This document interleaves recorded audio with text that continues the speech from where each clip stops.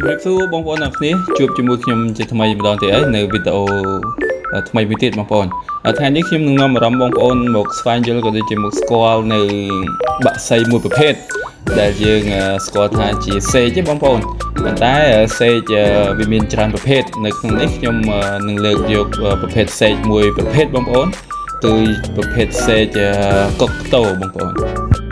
ប្រភេទសេកកុកតូនេះបងប្អូនវាមានប្រមាណជា21ប្រភេទដែលគេស្គាល់វាបងប្អូនហើយវាជាសត្វស្លាបដែលស្ថិតនៅក្នុងក្រុមគ្រួសារបក្សី Cacatruidae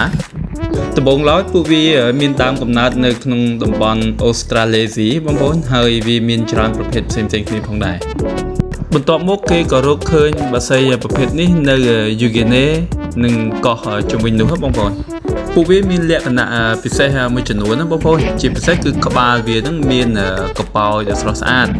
អាចលេចឡើងឬក៏អាចដាក់ចុះតាមតែចិត្តរបស់វាហើយវាក៏ជាកំពូលសត្វដែលបញ្ចេញសំឡេងរំខានខ្លាំងផងដែរព្រមទាំងចំពោះកោងខប់ខ្លាំងណាបងប្អូនបន្ថែមពីនេះវាក៏មានភាពឆ្លាតវៃផងដែរបងប្អូនក្នុងការសម្របខ្លួននិងស្វែងយល់ពីបរិស្ថានក៏ដូចជាពីសង្គមដែលវារស់នៅបក្សីកុកតូនេះច្រើនរស់នៅក្នុងតំបន់អូស្ត្រាឡេស៊ីរួមមានអូស្ត្រាលី ហ្វឺនេស៊ីណូវែលឬក៏ញូហ្គីណេបងប្អូនឥណ្ឌូនេស៊ីកោះស៊ូឡូម៉ុងប៉ាឡាវ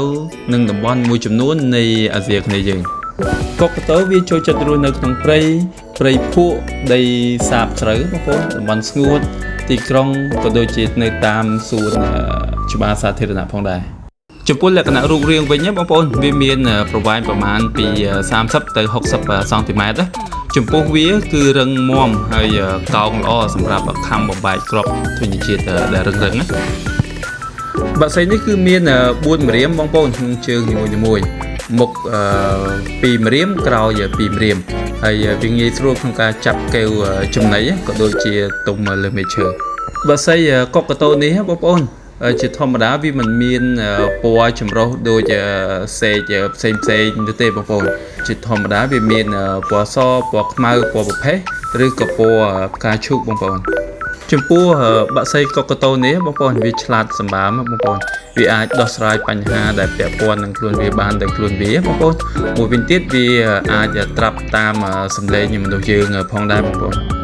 ចំពោះបក្សីកុកតូនេះបងប្អូនវារស់នៅជាគូបងប្អូនញីមួយឈ្មោះមួយ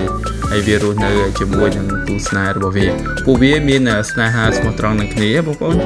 ចំពោះអាយុរបស់វាបងប្អូនវាអាចរស់នៅរហូតទៅដល់ពី40ទៅ80ឆ្នាំឯណោះហើយវាស៊ីគ្រាប់ស្រូវផ្លែឈើគ្រាប់ធញ្ញជាតិ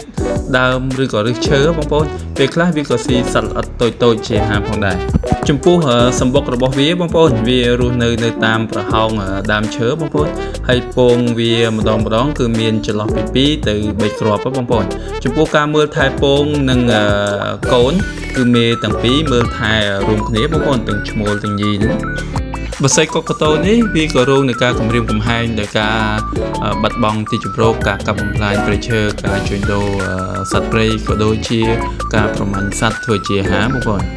ហើយវាក៏ត្រូវបានចុះក្នុងបញ្ជីអង្គការការពារសត្វព្រៃ CITES ផងដែរនាពេលបច្ចុប្បន្ននេះគេសង្កេតឃើញបក្សីកុកតូនេះបានក្លាយទៅជាសត្វចិញ្ចឹមដ៏ពេញនិយមនៅតាមផ្ទះនានាដោយភាពឆ្លាតវៃនិងភាពសាំងជាមួយនឹងមនុស្ស